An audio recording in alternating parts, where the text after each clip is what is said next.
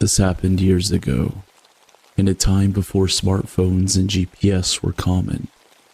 It was the end of summer, when the days grow shorter, and the nights carried that first whispers of autumn chill. Two friends and I had set out on a 10-day trek through an isolated wilderness, a vast and untamed expanse where nature still ruled. The terrain was a shifting mosaic, rolling hills, dense forest of spruce and pine, and the occasional sprawling swamp. Reindeer moved like ghosts between the trees, and at night, the distant howls of wolves echoed through the cold air. We carried all we needed on our backs, sleeping beneath a canopy of stars, our only company the flickering campfire and the unseen creatures watching from the darkness. By the 5th day, we had reached the heart of the wilderness, a place untouched by civilization. No roads, no villages, no signs of human presence, beyond the occasional hiker passing, like a shadow in the distance.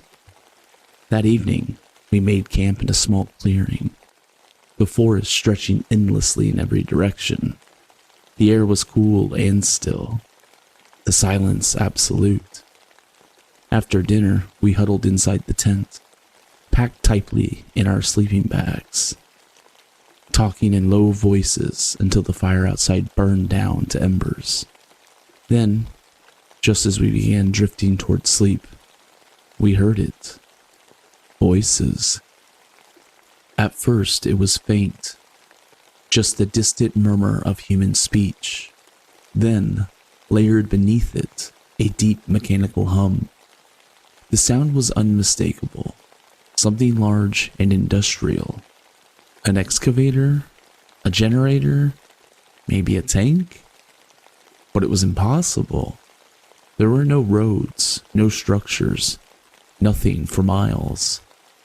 Who would be operating heavy machinery in the middle of nowhere in the dead of night? We sat up, exchanging uneasy glances in the dark. Maybe another group of hikers. But why would they have equipment like that? The sound persisted, an eerie mixture of human chatter and an engine's steady drone. The voices never resolved into words, just a monotone rise and fall, blending with the mechanical thrum like a radio caught between stations. Curiosity warred with apprehension. We had to know. Grabbing our flashlights, we unzipped the tent and stepped into the night. The fire had dimmed, casting weak orange halos against the trees. The sound came from the north, not far, maybe half a kilometer. But no lights broke the darkness. It was just sound, disembodied, directionless, pressing in from the void. My two friends were braver than I.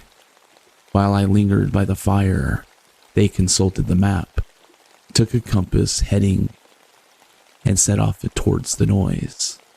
Their flashlights flickered and bobbed as they disappeared into the black. Time passed. 15 minutes, then 30. The sound never changed.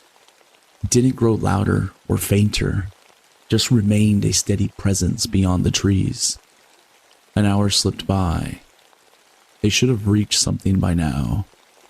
The fire crackled beside me, an island of warmth in the creeping dread. I strained to make out the voices, but they remained just out of reach, a language without meaning. 2 hours. Then, without warning, the sound stopped. Not faded, not trailed off, just completely stopped, like a switch had been flipped. The silence was deafening. The wind didn't stir. No insects hummed. Even the fire seemed to quiet, as if the world itself was holding its breath. I waited, pulse hammering, every nerve on edge. 30 more minutes crawled past, each second stretching unbearably. Just as I was about to go after them, I saw the flicker of flashlights. They were running. They stumbled into camp, breathless, faces pale. Their story made my stomach twist. They had walked toward the sound for what felt like an eternity, but no matter how far they went, it never got closer. It was always just ahead, an invisible source leading them deeper into the wild. They stopped to listen, adjusted their course, and moved faster, but the distance never closed. Then, without warning, it stopped. But here's the part that made my skin crawl. They swore the sound had vanished at the 1 hour and 15-minute mark. From my perspective, it had cut off exactly at the 2-hour mark. They had turned back immediately, yet the return took longer than expected. Their path meandering and distorted. At one point, completely lost in the dark, they finally spotted the glow of my campfire and followed it home. We didn't sleep that night. The rest of the trip was uneventful, but the experience never left us.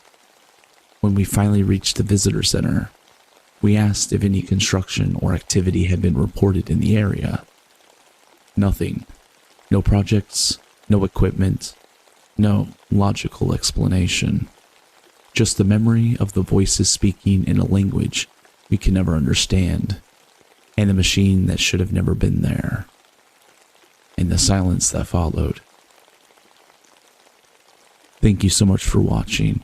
If you enjoyed the video, don't forget to leave a like. It really helps support the channel. Have you experienced something similar? Or do you want to share your own story? Drop a comment below, and if you're interested, I may narrate it in a future video. If you're not subscribed yet, be sure to hit that subscribe button and ring the notification bell so you never miss another upload. Thanks again for watching, and I'll catch you in the next one. Until then, take care.